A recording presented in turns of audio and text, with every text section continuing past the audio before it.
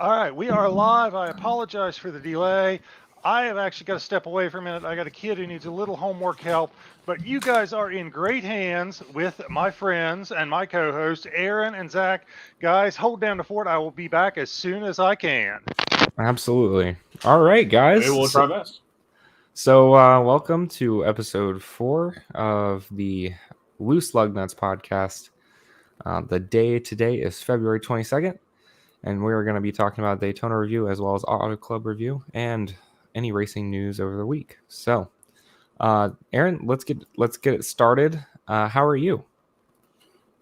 Doing well. Doing well. Had a very easy day today, and really looking forward to kind of get into this podcast on a literal Tuesday, February 22nd, 2022. Literal Tuesday is what I'm calling it. Literal Tuesday, yeah. Literal Tuesday. I will tell you that Haley and I, and I'm sorry ahead of time, Adam Lauer.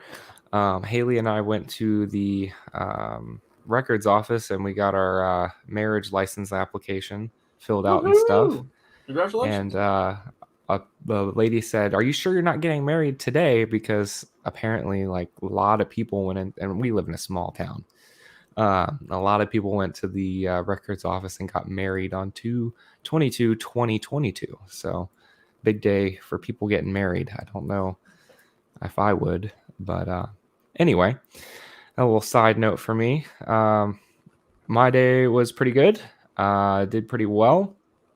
Work was okay, and I'm happy to be here with you, Aaron, and eventually Tom, to talk about some racing for this week. So let's kick it off with the Daytona truck review. Alrighty, and for our reviews, kind of this season, I know last season we kind of went into like great detail with the reviews, kind of like lap by lap, and kind of like detailing all the events that happened with them. We kind of felt that it got a little bit too long and a little bit too boring for you, and especially boring for us. And so this year we're going to try and make it more interactive for us, the hosts, and for you guys, the fans.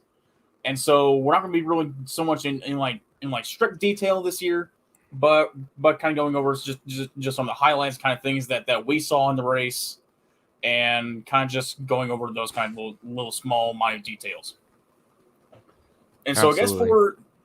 and so for this opening review, the truck race was kind of like the stereotypical, a stereotypical super speedway race we see now, where guys are really kind of are giving a lot more than taking early on in the race, like in the first two stages. You saw guys like Stuart Friesen and Fogelman go all the way to the back when their trucks weren't handling quite well. They kind of get out of that pack and save their trucks for the final push. And so really not a whole lot of action in stage 1 and 2 besides some pit road kind of calamities, especially with the 51 truck. He done I think 3 incidents already this season, so also a fantastic start for that team. But anyway, John Hunter Nemechek, of course, dominant. Pretty much led most of stage 1, led nearly all of stage 2, won both stages. But it was stage 3 where everything just went to heck in a handbasket. Several major wrecks in stage 3. One that I thought was going to cost the 38 truck a shot to win the race because at the time of caution and the time of finishing or getting to the white flag, I think it was like by this much. And so I imagine if he would have lost, I can't remember. For the life of me, I can't remember who was in the 38 car, and I'm very sorry. You know, I just watched the race earlier today. I'm brain farting right now. But anyway, your winner is the driver of 38. Which, hang on one second, I'm stupid. Hang on. But anyway, Zane Smith. Zane Smith. Thank you. Yes, 38. Thank you. He switched over from the GMS trucks to Front Row Motorsports for the season. Okay. Yes, so, thank you. Yeah. So the Love's gas station, travel stop, whatever you want to call it, back in Victory Lane in the Truck Series, not in the Cup Series for this year. Well, I think, is that all you had to say about the Truck Series, Aaron? Pretty much. I mean, again, not really a whole lot happened during the Truck Daytona race. again, man, was just kind of a lot of give and a lot of take towards the end, and that was pretty much it. Yeah, one thing I noticed was that, I mean, compared to previous truck races, it was pretty relaxed. There was a lot of I guess waiting games, if for lack of a better term. And really the chaos didn't really happen until towards the end there. I think I tuned in maybe at the end of stage one, and there was only maybe a couple cars a lap down. So, Yeah. um, yeah. Yeah, and also what I noticed was that not a lot of Benedetto up front, which is surprising. I kind of thought No, that he and would make more of an impact. well, and I think because being in a smaller team, and I don't think that they necessarily have top tier car, or truck, excuse me. I think that they were laying towards the back and just waiting for the big one to happen, and they almost didn't. They almost were gonna finish around 29th, but luckily they didn't. They ended up going for it towards the end there. Yeah. But they got lucky with it feet before the line. I thought that was so weird. At first, I was like, "There's no way that the caution came out before the line." I thought they were going to review that, but then when they did the slow mo, you could definitely see that maybe 6 feet before the line, the caution did come out. So Yeah. it was the right call, and 38 ended up winning anyway. So good for him. Yeah, I mean, I could have sworn that they crossed the start finish line before the caution came out, but which I thought, man, if 38 loses this, if Zane Smith loses this race, he's going to be one PO'd guy. Absolutely.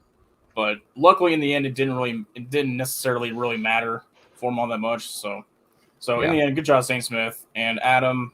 Yeah, dude, I know. Just there's nothing up here. I know. Yeah, got to share that. Yeah. Thanks. Thanks, Adam. I doubt that, Adam. They were probably better without me. But thank you guys for tuning in. Yeah. Thank my co-host for carrying me. The homework it was done. It was like Renaissance and Middle Ages music, and we were trying to solve a crossword puzzle based on Middle Ages and Renaissance music. So you can imagine that Wow. I was not much help. Huh. Huh. Well, I'm glad you got it done. Yeah, we got it done. Yeah. But hey, why don't you tell us? We didn't do your intro. How are you? How are you doing? Holy cow. The highlight of the last 3 days is probably here with you guys right now. It has been brutal for reasons that I will not go into, but this too shall pass. And forget about the negatives. I'm here with my buddies. We're talking racing. It's NASCAR season. So, Absolutely. Hell yeah. Yeah.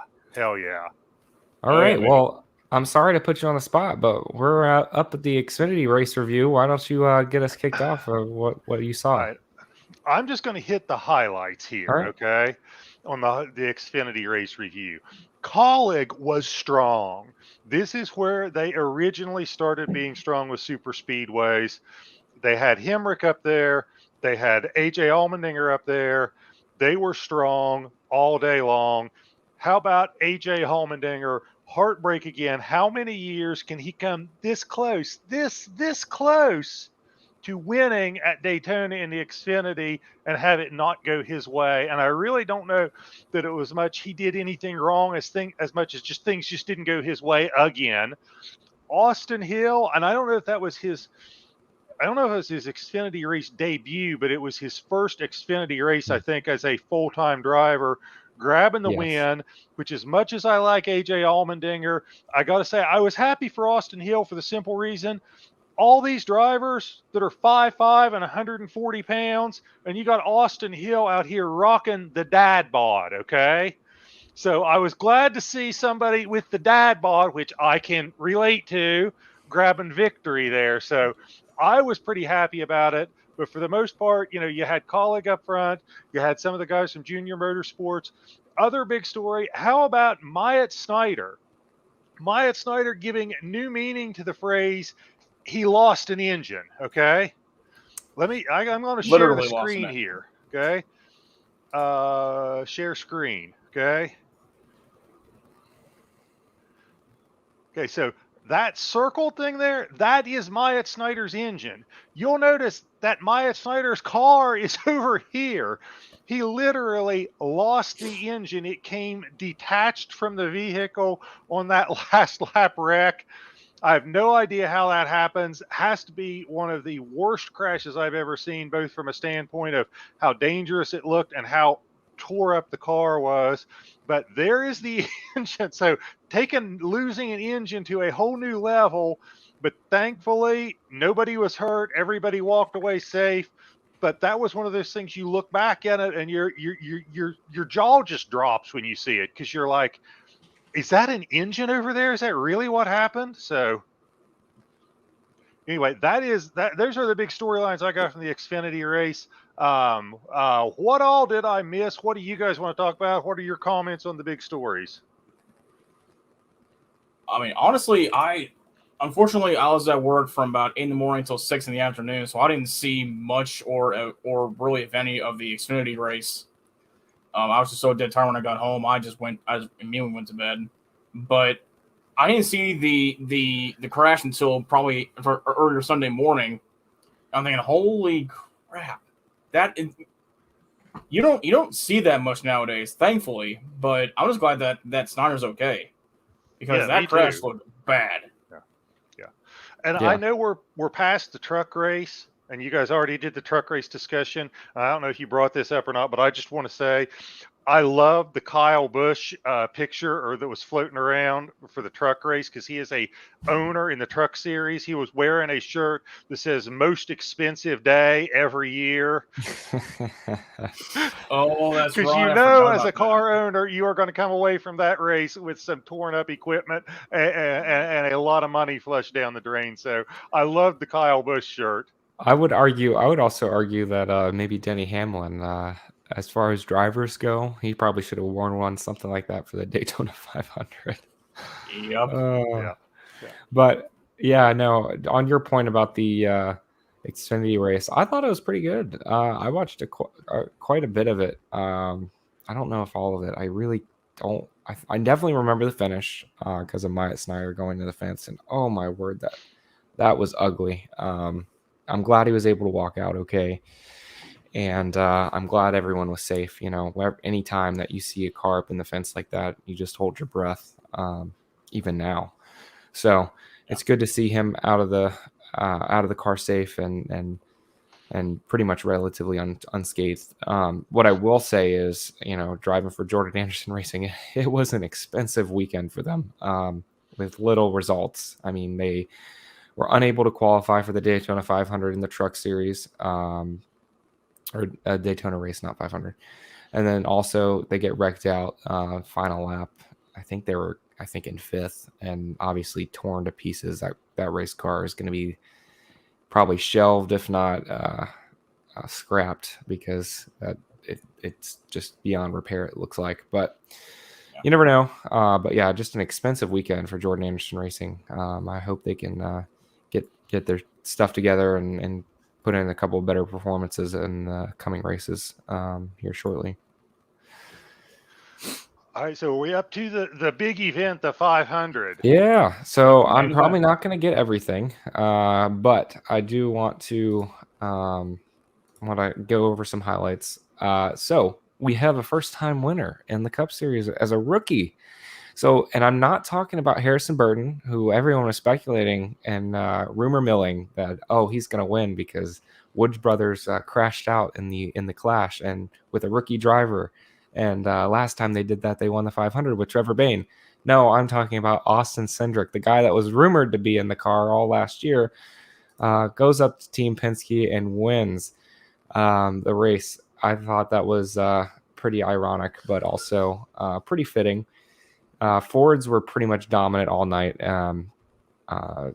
Correct me if I'm wrong, but Brad Keselowski, I believe, led the majority of the laps with very minimal other manufacturers changing hands. I do know that Toyota, Martin Truex Jr. led some, Kyle Busch, and I think also, or I know Ricky Stenhouse also led some, but Fords dominated pretty much in the category there. Yeah, different winners for stage 1 and 2. Stage 1, I believe, was Martin Trix Jr., if I'm not Truex, mistaken. not known as a restrictor plate guy, but got a stage win. Mhm. Yeah.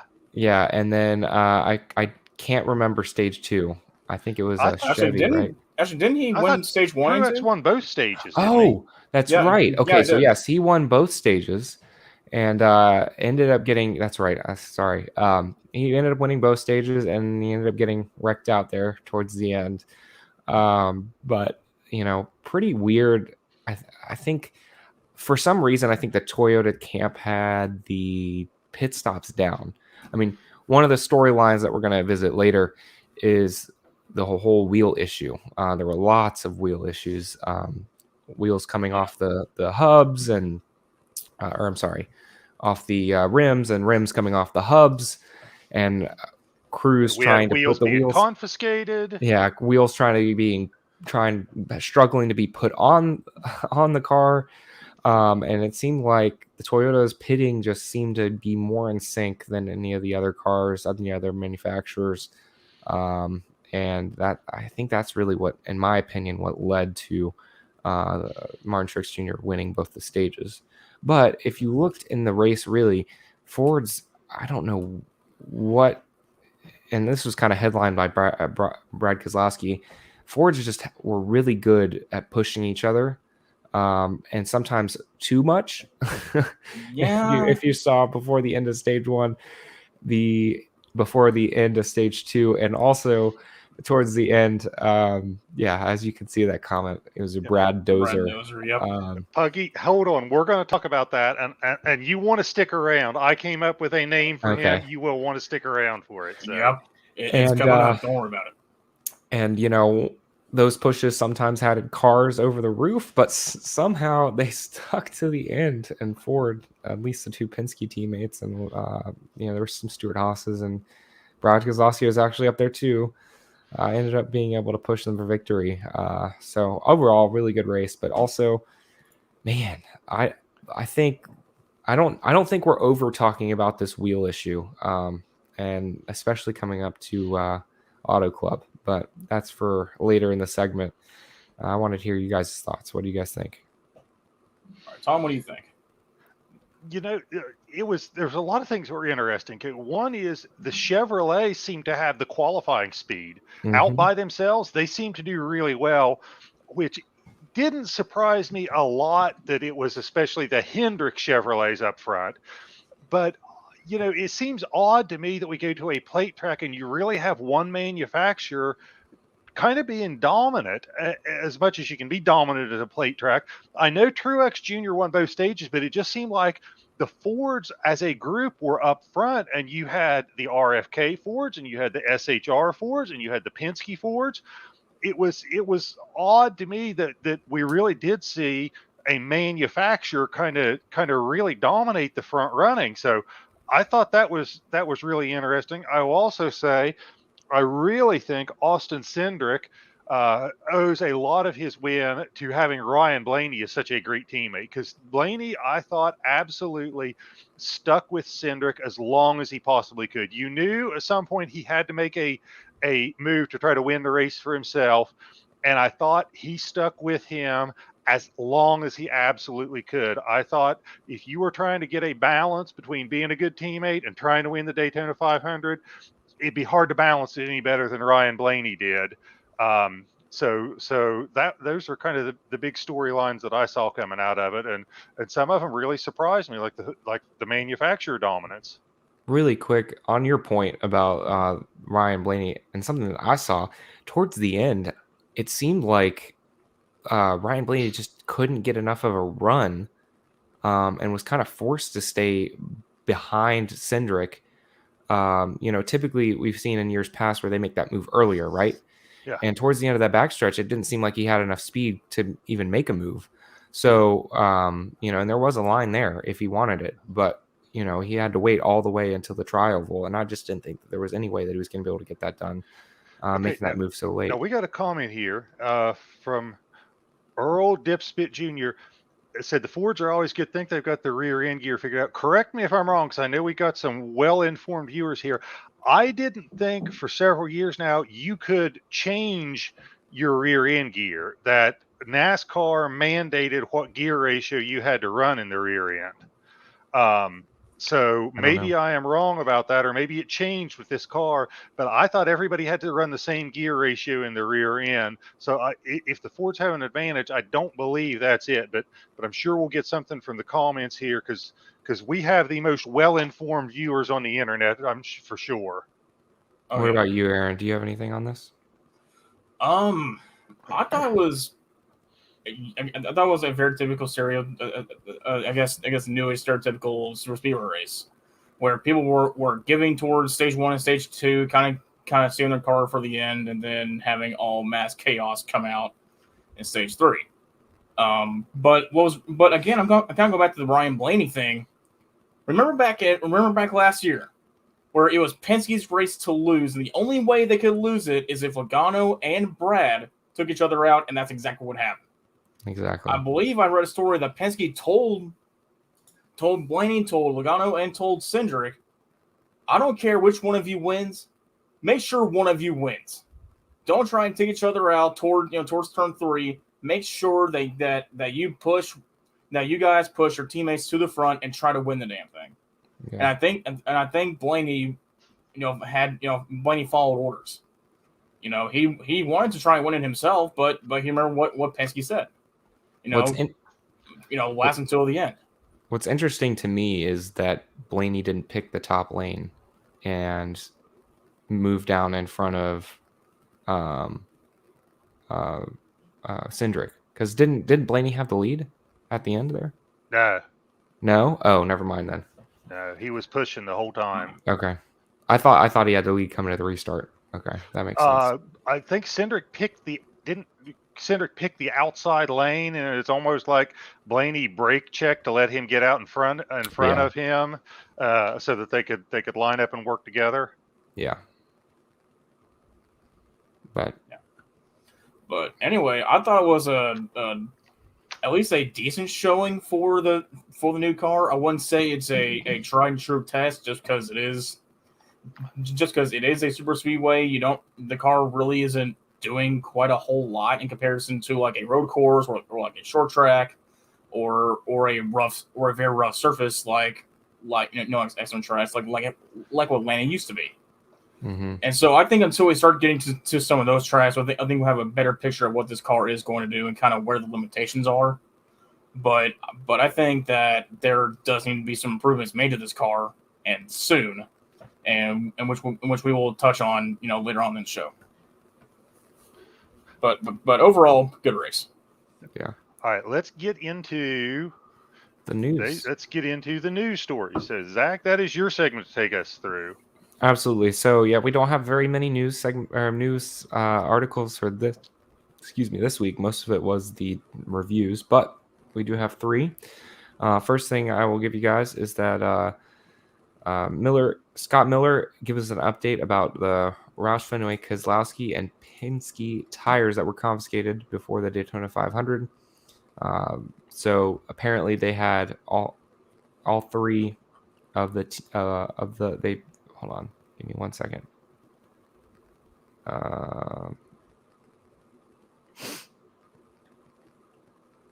So apparently they had some extra holes drilled into each of the tires, and this was basically because there was one way and originally to seat the tire onto the hub. It's kind of a guide that they use. And so by drilling more holes into it, they were allowed to seat it more universally than before, is what I gauge from this. And I mean, from this, it doesn't really look like there's any update. But what I will say is that lots of teams had problems seating the tire and getting it right on the guide in order to properly screw on the tire with the single lug. And we saw multiple times where wheels fell off and rims exploded. and that could be attributed to it. So it's more of a safety issue. But we're still awaiting the full details on the penalty. But they did confiscate those tires and have given us a little update when they saw how many issues were happening with other teams. What are you guys' thoughts on this, Aaron? Let's start with you. Well, one thing that NASCAR traditionally has been really, really hammered down with in the past is that teams do not mess with anything on the car. They can adjust it as well within these parameters, but you step 1 foot outside those lines and get caught, you're in some serious trouble. I remember back in 2009, 2010 somewhere, where I believe it's Carl Long who had an engine that was 0.04 cubic inches too big and got docked with, at that time, the biggest penalty in NASCAR's history. And so that's one thing NASCAR does not like, is for you messing with the cars. And I think that Penske's penalty, unless they can really kind of reason it out, in which case they might have a case here. If they can kind of prove that the wheel modifications were for a safety reason, I think they might skate by with like a light slap on the wrist. But if they can't, that hammer is going to drop, and drop big. Now, correct me if I'm wrong, but that was Carl Long? I believe it was Carl Long, back in 2009. That basically put them out of business, didn't it? It did. That was the last we ever heard of Carl Long Racing. That fine put them out of business. Okay, I'm not sure I'm completely up to speed on all the developments of this, but let me tell you what I know. Kind of, I feel like I'm talking about COVID. I'm not sure I've got the latest and greatest information, but this originally, and I don't want to say it was misreported, but when you have a headline that says they confiscated rims, it sounds really bad. I saw Roger Penske's addressing this, and he said there was nothing going on here that was under the table or that was not done with the full knowledge of NASCAR. They informed NASCAR of some issues. I think the way Roger Penske said it, some issues they had with the uniformity of the rims that they received, and informed NASCAR of what they were trying to do to make them work. Now, this is completely this part of the story is where I think there was some misunderstanding, because that was completely above board, and they informed NASCAR of what they were doing. Then NASCAR confiscated the rims, and the last I heard was the comments about, well, they're just trying to figure out why some worked, why some didn't, what were the inconsistencies. I don't know if there's going to be a penalty or not, because now maybe there's been more developments in this that I'm not up to speed on. But at that point, it sounded to me almost like Penske and NASCAR were not butting heads, that they were in sync, like, hey, there's a problem with these parts. We're trying to make them work, and we're telling you what we are doing. Then NASCAR reacted by saying, we want to see these things so we can better understand what the problem is and why they didn't work when they were delivered to you in the manner that they were made by the manufacturer. So maybe there's been more developments. That's all I have read so far. So I'm not sure there is going to be a penalty, but again, I'm not sure I'm completely up to speed on all the developments. Yeah. I mean, it's kind of confusing. There haven't been many updates, unfortunately. But one thing I will say, if this is a safety issue, I definitely think that Penske should not be in the wrong here. But that's just me. On your point, let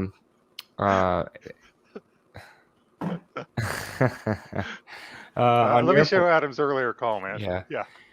On your point, really quick, Aaron, Carl Long does own Motorsport Business Management, so the team that Timmy Hill competes in, the Cup Series 66 and 55 part-time with JJ Yaley and Timmy Hill. Both happen to not qualify for the Daytona 500, by the way, for part-time. But anyway, so I don't know. I don't see a hefty penalty for the teams unless they figure out something pretty damning as far as that goes. I think they, it's a safety concern, but that's just my 2 cents. But moving along, Steve O'Donnell on the performance of the next gen car said it performed very well. Do we buy these statements or not? Tom, let's start with you. I think the car performed as well as can be expected. You can interpret that as very well under the circumstances, or I just don't think that's. I would agree with that if that was the first part of the sentence. It performed very well for the first race, for how new it was, for what we could really expect. I don't know that I would consider it performing very well overall. We did have a lot of issues with the wheels. I do think from a safety standpoint, it did perform very well from a safety standpoint. I think we got some other things that we'll talk about. That maybe some things with some people who use some modified or different type of Hans devices that didn't work that well. But I think we're off to a good start. I don't think we have insurmountable problems. I think they'll get the wheel figured out. I think they'll get the issues with the drivetrain figured out that are kind of a weak point. I don't think you could categorize it as a disaster at all, but I think it performed well for where it's at in its life cycle. What about you, Aaron? Yeah. I kind of have to agree with Tom. I mean, it wasn't a complete disaster, but the sample size isn't that big to really make that kind of outcome. Again, like I said, as soon as we hit like short tracks, as soon as we hit road courses and other super speedways and other types of tracks, and see if the car does perform well at those kind of tracks, then we can go ahead and make those conclusions. But again, this is Daytona. This is kind of like a crapshoot anyway, and who's going to win, and really, the car isn't really being tested all that much.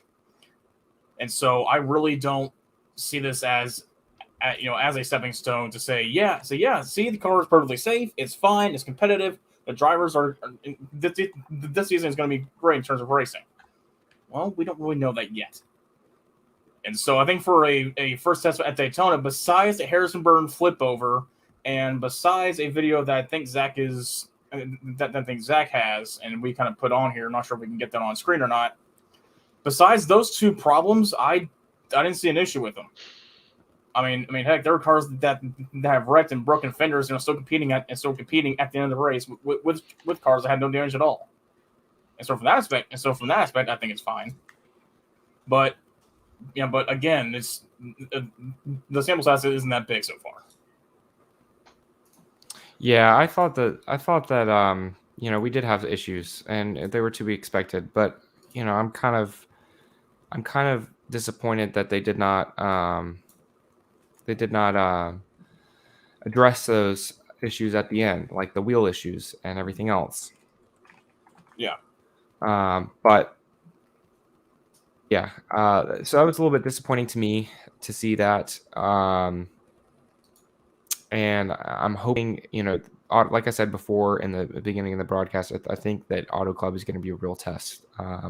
If we thought Nashville had issues with brakes and drivers running into the wall because of blown tires from the hot beads and brake explosions, then, Auto Club is bigger, but roughly the same shape a little bit. And there's a lot of load going in through those rims and tires. And I think that we could very well see issues at Auto Club here with drivers getting taken out. One thing that I did notice is that, especially in the Cup Series, we only had 16 drivers, I think, on the lead lap, which is really odd. I mean, normally we see upwards of 20, especially with that many cautions that we did have. But it really seemed like once you lost the draft, you were really struggling, with the exception of Daniel Hemrick. I mean, somehow that man managed to get not pass inspection 3 times, get a pass through during green, and end up a lap down, 2 laps down, I think, and ended up going. I think he ended up in the top 15 in the end. But with the exception of him, once you stayed a lap down, you were pretty much a lap down the entire way, which is. It's abnormal to see. But overall, I don't think it was a bad race. And I think the next gen car really, as far as safety goes, with the exception of the tires, I think we saw a lot of people, flipping over, running head first into the wall. We saw Todd Gilliland run straight into the wall head on, like one of the hardest hits I've seen. Same way with Harrison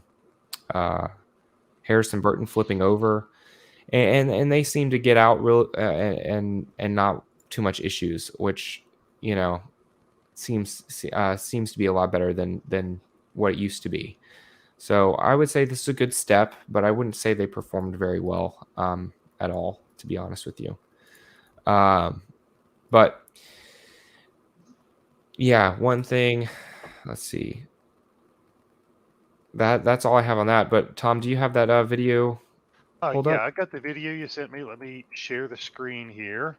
Yeah, this is one issue, and I don't know if this is necessarily goes to the car or more of the different types of Hans devices that people use. So what I will tell you is that in this video, Ricky Stenhouse is using an alternative Hans device. So what that means is that it's essentially strapped to your body. It's a Simpson built product. It's strapped to your body rather than your helmet strapped to your body rather than your neck and chest area. So it's down at your waist as well. So it allows for a little bit more movement. But go ahead and play the clip, and so we should show everyone. If you see here, his head hits the steering wheel once he goes straight into the wall there. And typically you don't see that kind of movement with a normal Hans device. So, and some of the technical experts on we've seen look at the video.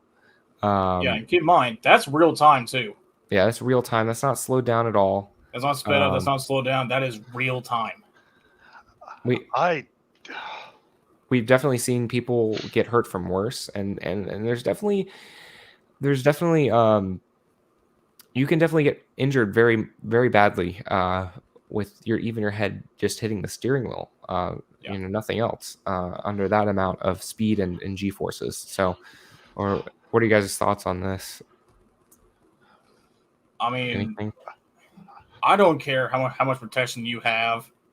I mean, we've seen Dale Earnhardt Jr. in the old car. I mean, of course, helmet, Hans device, everything, and the dude still got concussions from hitting the wall so damn hard. I mean, can you imagine if Stenhouse got a concussion?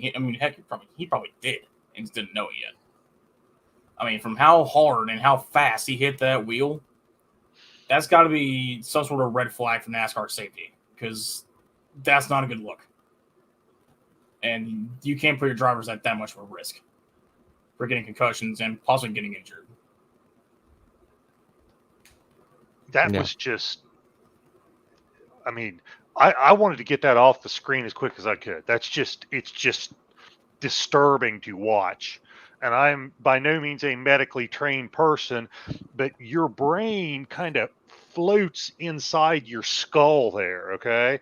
And that's what happens with a concussion is your head moves and then stops, and your brain basically smacks the side of your skull, whether it's the front, back, or the side.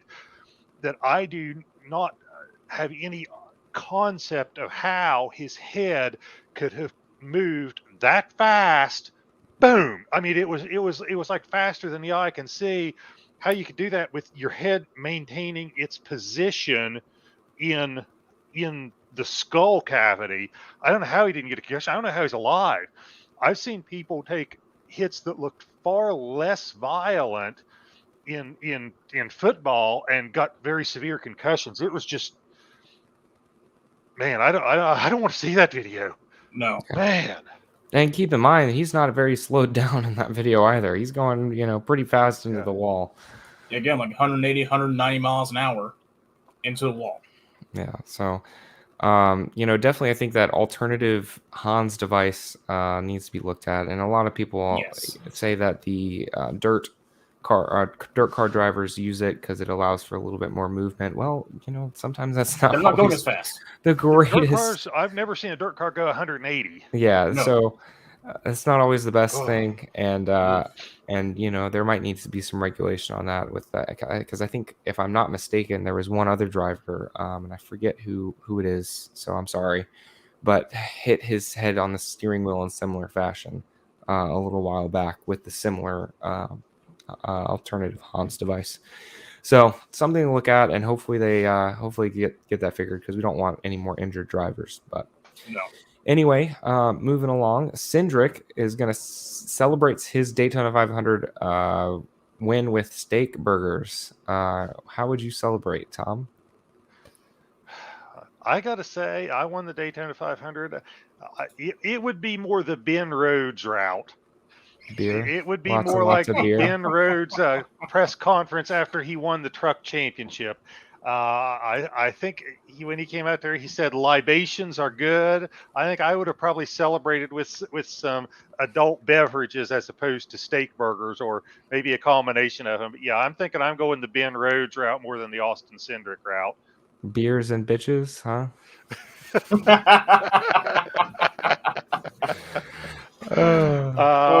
I've had all I can tolerate with bitches over the last few days, so it might just be I beers. understand. But that's a understand. different Oh, yeah. story. Oh, Aaron, what about you? Honestly, I'm gonna take the middle route. I'm going with both. I mean, what's more American than beer and burgers? I mean, Not much. honestly, I would fire the grill. I'll get as many burgers as I could. I'd feed them to the team for a job well done, and just have one big old cookout. Bring out a freaking tanker truck full of beer for the guys, and just have a good party. Because it's a freaking Daytona 500. It's a Super Bowl of races. Once you win that race, your name will never be removed from that trophy. You're an instant legend. Well, never an instant legend, but hey, you know what? For everyone they'll see your racing resume, you can put on I won a Daytona 500 for the rest of your life. I don't know, man. You are an instant legend when you win that race. Just ask Michael Waltrip; he'll tell you. Yeah. Anyway, Trevor Bayne became an instant legend, though. Yeah. He was the youngest. Especially around in my neck of the woods, especially around here in Knoxville. Oh man, we partied. And so Cindric comes in second youngest. So everybody, if anyone's counting, by 3 years though. So, but no, I would celebrate with beer definitely. I'd probably have a nice Moscow Mule as well, and then probably I would want to do ribs or like a nice juicy thick steak. Wasn't there a famous ale house that was right next to Daytona that all the drivers used to go to? Oh, I think so. Yeah, I would go there. Order the biggest and largest steak possible. Yeah, that probably mean like I don't know what to do. I'm still trying to process what just happened. Yeah. Well, I am. I don't know if I'm having a chance to think about this now. If I'm in Daytona and I'm at the beach, it might be seafood. It might be beer and seafood. Maybe. But there you go. Anyway. There you go. All right. Well, that's all I got for the racing news this week, but that was pretty awesome. All right. So let's go into who's hot and who's not. And Aaron, since you didn't steal my thunder this week, I'll let you go first. Yeah, no, for once, anything's possible. All right. So for the first, who's hot and who's not of the new season, gotta love saying that, the new season. I'm gonna go for RFK as hot, even though some guys were plenty hot at Brad Keselowski after the 500. I gotta go with Roush, Fenway, Keselowski. Never thought I'd put them in here, but yet here we are.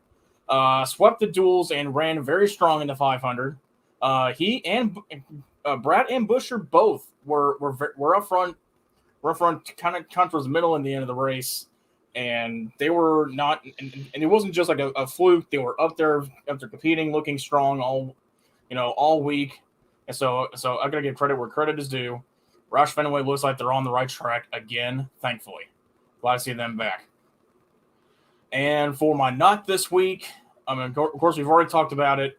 The next gen wheels, several tire issues ranging from team modifications, possibly needed team modifications because they just don't fit right, or any nuances, and just natural tire failures that happen a lot, and some that we haven't really seen before, or seen at all, or seen all with the old 15-inch tires. And so right now it's going to be a hot topic going into Auto Club, especially with that rough surface, especially with that rough and bouncy surface that they have. it's going to be a very hot topic. So for not, I'm going with the next gen wheels. All right. I'm going to go next because I don't see Zach has anything written down, so he may still be thinking about his. Yeah, he did. Okay, so okay. Well, I've got an old agenda then. No worries. But for hot, I'm going to say right now, anything new is hot. Okay, we have new winners. Okay, Austin Cindric, and I think this was Austin Hill's first Xfinity. We have a new season. We have new cars. We have all kinds of things that are new. So I'm going to say new is what is hot right now. Even though Auto Club, because of COVID delays, is still the old configuration, it will be new before long. And we are less than a month away from going to Atlanta and its new configurations. I'm saying new is hot. As far as what is not, okay, and this pains me because I fit into this category. Old guys, we're just not hot. Okay, look at the old guys in the 500. Jacques Villeneuve, 22nd. Kevin Harvick, 30th. Greg Biffle, 36th. The old guys, God rest our soul, we're just not hot right now. Okay, first off, I just want to say, Tom, you are not that old. No, you are only as old as you feel. I think I'm the same age as Villeneuve. The only difference is he's got a F1 championship on his resume and I don't. But that's just a minor difference. Yeah, well, I mean, hey, you know what? You were still a young buck to us. How about that? All right, well, I'll take it. Zach, who have you got for who's hot and who's not? Yeah, all right. Well, I'm going to say as far as who's hot, I'm going with Ford and super speedways. They seem to be on fire. They led the most laps. They always seem to be up the front. And even though they didn't win the first two stages, they ended up winning the race, even with all their with a whole bunch of people crashing out, a whole bunch of their teammates crashing out. I gotta say Ford and super speedways. I think it's coming back here. I think you saw how well they worked together, and I thought it was very telling and obvious that they won the race. As far as who's not, I'm gonna say the wheels and rims. Similar to what Aaron was saying, there were several issues, and I don't necessarily think the super speedways is going to be the only track that we have issues with. Unfortunately, and I hope that they can get that figured out with either modifications or something, because I mean the next race is not going to be too kind to them. If you want to think about it, Auto Club is very similar to a super speedway race anyway. Pack racing, though not exactly quite. And yeah, I think that a lot of errors can and probably will happen if nothing changes from here and now. So that is my who's not for this week. Okay. All right, so that brings us to green flag, red flag, and Puggy, stick with us. Stick with us, Puggy. We're getting there. Yep. In fact, we are right here. All right, take us away. Alrighty, gentlemen, green flag, red flag is upon us, and for those of you who are new, in this segment, we like to encourage our fans to kind of give their opinions as to if they agree, which is green flag, or disagree, which is red flag. And so of the following statements, do you agree or disagree with it? Please tell us, and please tell us why, because we are always curious as to what people are thinking. And so, for the first one of the night, Brad K should have a nickname like that of Ricky Stenhouse Jr., also known as Recky Spinhouse Jr. Now, Tom, I'm going to let you go first because you made a very clever one. Okay, so I always called him Recky Spin Out. Recky Spin Out, okay. That's also a good variation. Okay. So, and I like Brad, but with some of the things that have happened on super speedways, I couldn't resist this one. So I am going to say green flag all the way, and his nickname should be, drum roll please, Brad Kozarecki. That's There funny. you have it. I'm going to say green flag. Yes, Brad Kozarecki is his new nickname. I love that. That's awesome. I don't have a better one. Puggy, I assume that meets with your approval. I mean, come on, that is absolutely clever. That's good. I'm going to say that's the best thing as far as nicknames or funny things like that we've had since Natalie was commenting about, who was it? Skittles? Skittles should sponsor somebody. I have no clue. I can't remember what it was, I but it can't was remember that hilarious either. anyway. I have to look back. You remember? Yeah, That I'm was gonna. just that joke. All right, I don't have. you guys got to chime in on this, and sorry. Yeah, I don't have a good name. I might just steal yours, but I'm definitely gonna say green flag. Past 2 seasons, Daytona 500, it's that bad.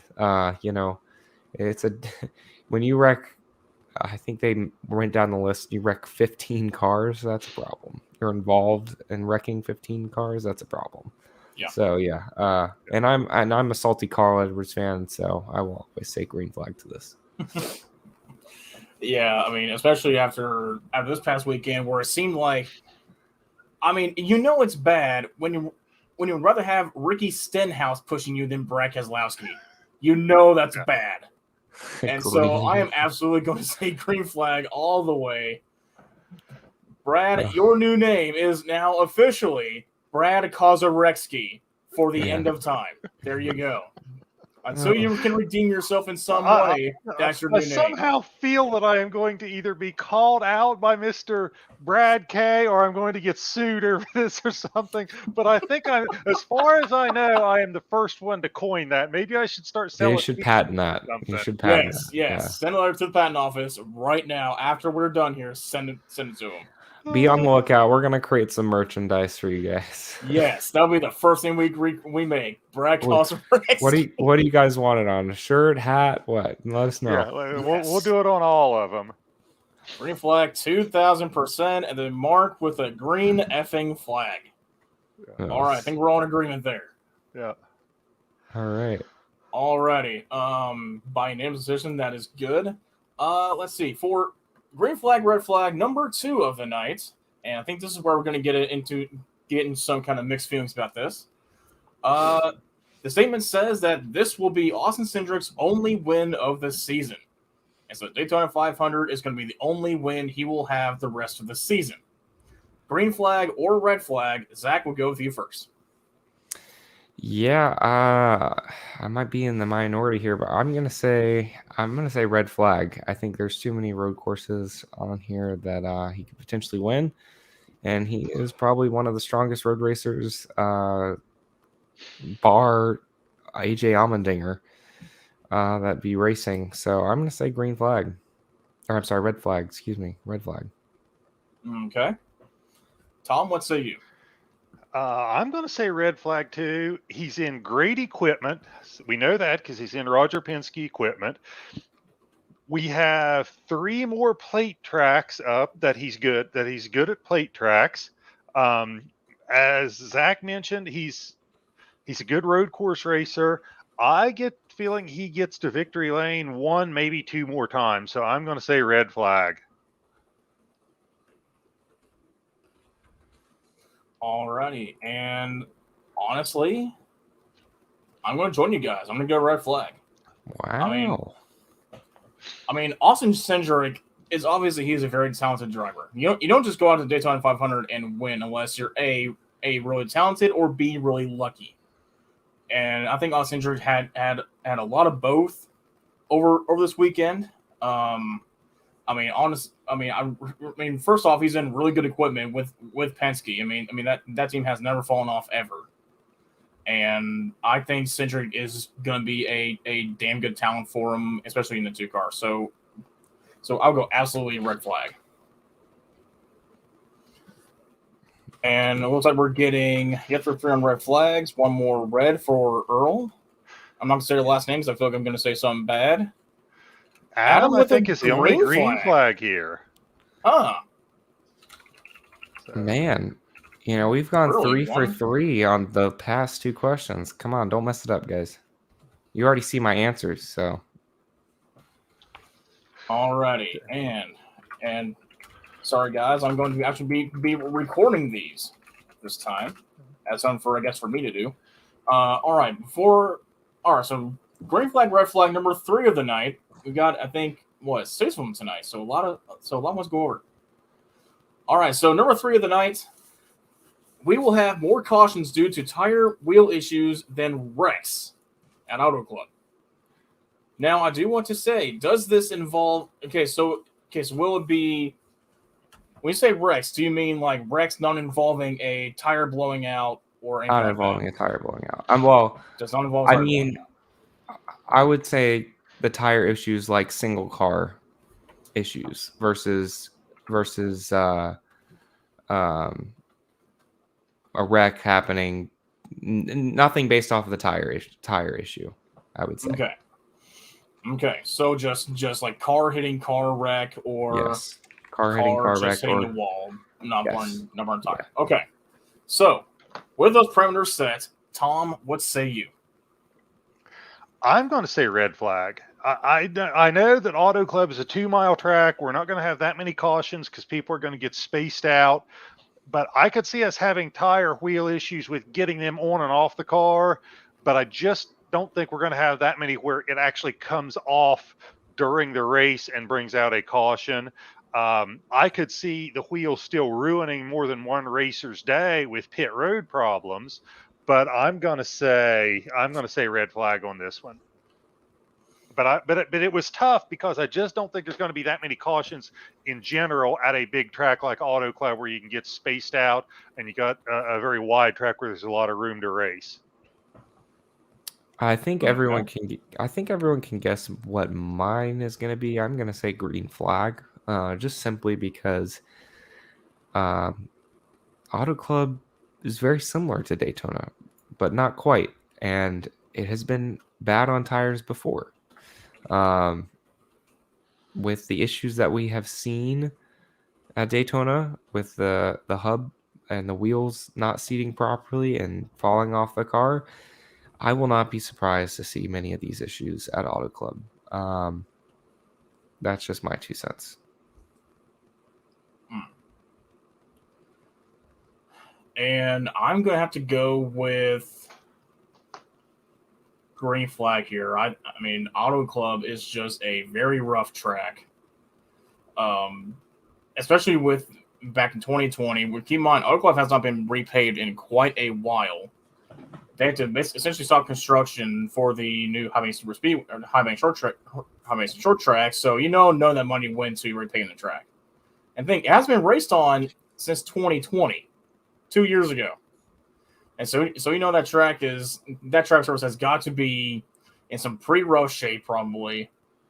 Not a whole lot of grip, probably. So the tires are going to be just screaming for grip, which means they're going to wear faster. And so I definitely got to go with green flag here. Tires are going to be put to the absolute test at Auto Club. All right, we'll see. So, fans, what do y'all think? Thinking green flag is abrasive track. So, Earl, I'm going to assume you're going green flag with that. Mark going red flag. Very interesting. And then Mike going with green. Hell, even Harvick has made comments. Yeah. Yep. Okay. All right, keep us rolling. All righty. And so for our 4th one of the night, the race at Auto Club will have at least one overtime. Zach, we'll start with you first. I'm going to say green flag. Up until the past 2 years, so that would be 2020 and 2019, there have been either one or multiple overtime finishes. And who knows, especially with these tire issues, what could happen.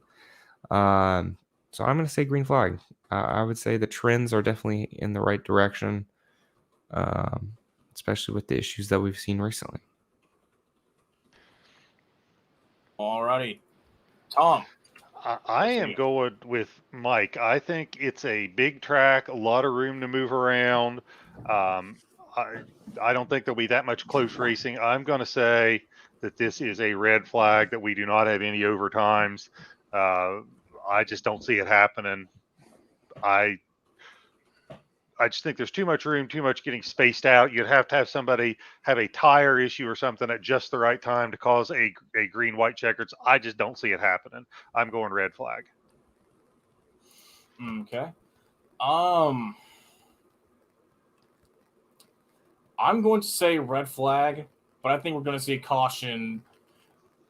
I think we're going to see caution with probably less than 10 laps to go. Again, I mean, even with the resin, even with the tire dragging being used, tires are going to be an absolute. Tires are going to be an absolute. Just in a wild card for this race. I got to go with red. I got to go with red flag, but it's going to be towards the end.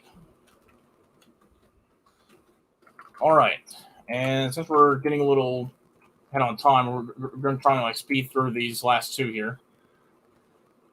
Teams will have trouble preparing and acquiring backup cars for Auto Club. Green flag or red flag? Who did I start with last time? Zach? Yeah. Tom, I'll start with you first.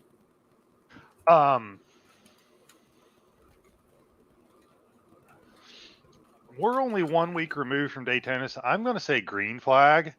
I just don't know that these supply chain issues and chassis, there's going to be that much of a difference in the supply of them in 7 days. I think the fact that we never had more than 8 cars in a wreck at Daytona made a lot of car owners and a lot of chassis builders and crew chiefs breathe a little easier because there weren't that many cars torn up coming out of there. But I just don't think this supply chain issue is going to go away in 7 days. So I'm going to say green flag. Yeah, I'm going to say green flag as well. I think that we had a lot of issues, a lot of wrecks this past race, and I think that maybe not the top teams, but definitely some of the smaller teams might have issues acquiring backup cars, like maybe the 47 team. So just a thought. I'm also going green flag here. Nothing has really changed as far as the supply chain has been concerned, as far as I'm aware. And plus, teams are already trying to scramble for backup cars already as it is, especially with the chaos that was Daytona. That's just going to put Auto Club as a bigger problem for those teams. So I'm going definite green flag for that.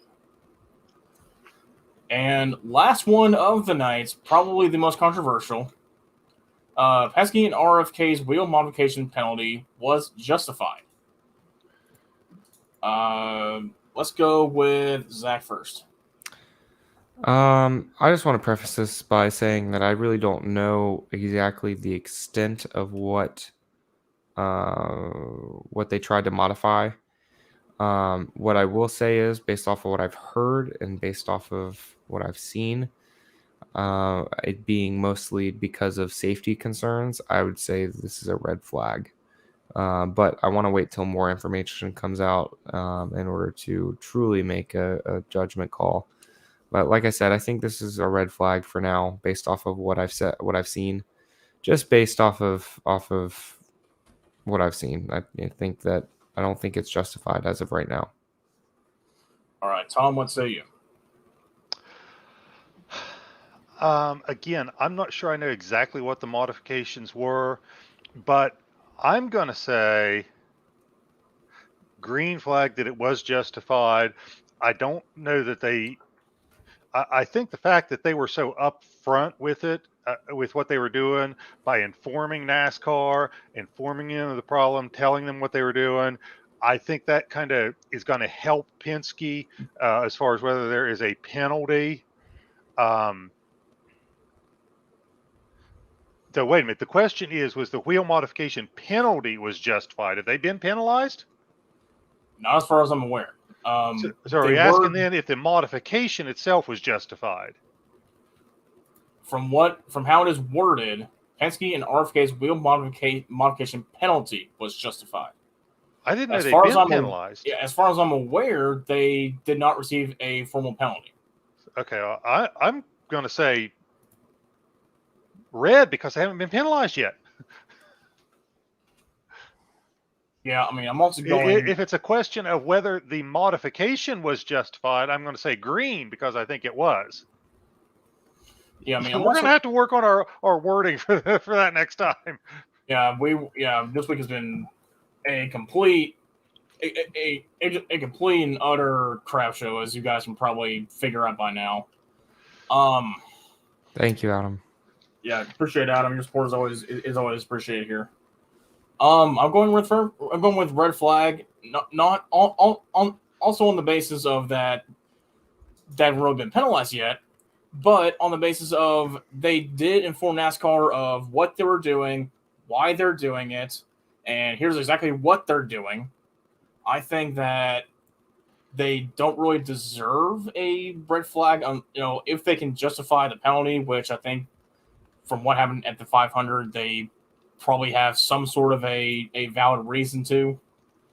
I'm probably gonna go red flag for right now, and see what they say. All right. And so I believe we have come to the final segment for tonight. Since we are especially running over on time, we're going to go ahead and skip the fan interaction for tonight. We do sincerely apologize, but yeah, we're already over an hour into this stream, and all of us are getting pretty worn out from this week. So unfortunately, guys, we're going to skip. We're going to try and skip fan interaction tonight. Some viewers that are telling us it's their bedtime. So yeah. All right, who do you want to go first, Aaron? You pick. Let's go with you, Zach. All right. So, quick thing. Alpha Prime Racing in the Xfinity Series unveils a Four Loko, and I don't know if everyone knows what that means or what that is. It's a alcoholic energy drink that tastes absolutely disgusting. You only want to drink it if you're wanting to get absolutely blackout. For the Las Vegas race. So I thought that was interesting because I would never think that they would have a collaboration. It's called the Freedom Mobile. You should definitely take a look at Alpha Prime Racing's Twitter page because they have a whole video on it. I have not watched it yet, but I saw the picture of the car. It looks pretty interesting, to say the least. Zach, your description of this drink and why you would drink it and what its effects are and how it tastes, this sounds like the voice of experience talking. Maybe in my college days I dabbled. Maybe. Yeah, well. Yeah, so not very healthy for you, not very good. It's just, like I said, blackouts, alcohol poisoning, we'll add that in there. So pretty interesting. What was it called? The Freedom Mobile? Yes, Four Loko Freedom Mobile, and it has eagles on the side of it. It's really it's a busy car. It's not very I don't know. It's an awesome scheme, but it's really busy. But anyway, I just wanted to make a note that was probably the most random thing that I could think of, or like sponsor I could see open up Twitter and see Four Loko sponsoring NASCAR. It's just kind of crazy. That's my white flag for this week. All right. I want to thank Joni Simmons, who we did not see any comments from, but I understand that is the mother of one Aaron Simmons here. So thank you for joining in. Thank you for the comment. Appreciate it. Joni, you have raised a wonderful young man. He is smart. He is intelligent. He is caring. He is kind. He is everything you could possibly ask for a young man to be. So I hope you are very proud of him. And a man doesn't grow up to be like that unless he's got some great parenting going on. So I salute you and I respect you for the young man that you have raised in Aaron. That is my first parting comment. Absolutely. My second parting comment is with what I am dealing with right now with my ex-wife, I feel like I am having a battle of wits with an unarmed person. So how do I get a case of this Four Loko? That is my other parting comment here. Oh my goodness. Yeah, I don't know. I'm seeing Walmart. that paint scheme, and it's absolutely amazing. It's awesome, but isn't it busy? It's not. There's no set. I've got to admit, there is no blank space on that car. Literally none. There's Yeah. no blank space on it. That's absolutely amazing. Oh, Let me see that's if I can incredible. pull this up real quick. They have an entire video for it too. They do. Oh my gosh. Yeah. Oh my! I need to look that up. I don't know if anyone knows who Moonhead is, but he did the intro for. I think he did the whole thing for it. Hold on. Let me see. I need to watch that video. Let me. I'll send it. I'll send it in the chat for everyone. Oh, please do. Absolutely, Okay, so please do. let me share the screen here real quick. I've stopped the video. Wow. That is amazing. That is absolutely amazing. Yeah. That's That Wow. is so much patriotism all in one car. It's like a firework just exploded on the car. Something for Pretty sure. much. Okay. So I guess they have the Four Loco USA. I guess It has to be USA. Specialized Bald cans. Eagle, Specialized Bald Eagle, cans. Yeah, White Stars, over here Red, you can White, see where my Blue, mouse is. Loco absolutely. USA, and Loco. Okay, all right. Like I Sorry, said, Aaron. I think we interrupted your parting comments, didn't we? We did. I haven't even started mine yet. Okay. All right. Well, you my are parting up, my good comments- man. All right, my parting comments of the night. I just got to say, first off, I'm glad that NASCAR is back. It's been way too long, and I just got to say, I absolutely love Tuesday nights. I love being here. This is probably one of the highlights of my week, just being able to sit down in front of a camera and talk NASCAR with two of my best buddies and just watch NASCAR again. I mean, I feel like that was a part of me that's been lost for a while since Jeff Gordon retired. I'm sure those who are, been fans of drivers who've been a long time kind of left the sport. I understand your sentiment now. I understand, but you know what? I'm kind of glad that you guys have kind of rekindled my interest in NASCAR and kind of brought me back to the sport that I've loved for so many years. And I just gotta say that Tuesday nights are especially fun for me now. So thank you so much for having me here. Absolutely. And we are glad I'm equally as glad to share it with you guys. And I got to make a comment here. Boss Jones, this is the last California race on the oval. Okay, let's clarify. It's a 2-mile oval right now, and they are going to make it a short track. So technically it will still be an oval, but it will be a short track oval instead of a 2-mile one. When you say the last race on the oval makes it sound, when I would read that, I would ask, or then again, does that mean it's going to be a road course? I mean, it's not going to be a road course, but it's going to be a short track instead of a 2-mile one. One thing I will say is if they haven't started construction on it now, I don't know. I'm having my doubts. I'll believe it when I see it. Yeah, I mean, they said it's supposed to be a high banked short track on a very flat, 2.5 miles oval. So they took Atlanta and redid it in a year. They had the bulldozers there the day after the last race, and they're ready to go this year. So, and that was rebuilding a 1.5-mile track. This is going to be, I don't know what the short track size is going to be, 1/2 mile, 3/4, whatever, but I think they could do that in a year if they don't have any COVID related interruptions. Well, they don't have to break down the other part of the track right away. They can just use the existing They track. could probably basically build it in the infield if it's a short track. Yeah. I mean, honestly, I wouldn't mind to see the cars and the cars in the actual road course that Auto Club has, because they have several layouts that they can use. Oh. Yeah. So, Boss Jones, maybe you are going to be right. Maybe we'll be running the road course next year because the short track isn't ready.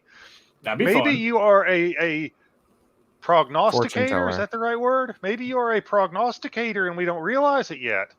Man, those are big words for this time of night.